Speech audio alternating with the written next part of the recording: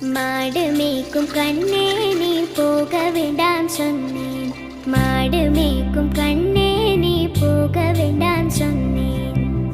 காய்ச்சின பாலும் தரேன் கற்கண்டு சீ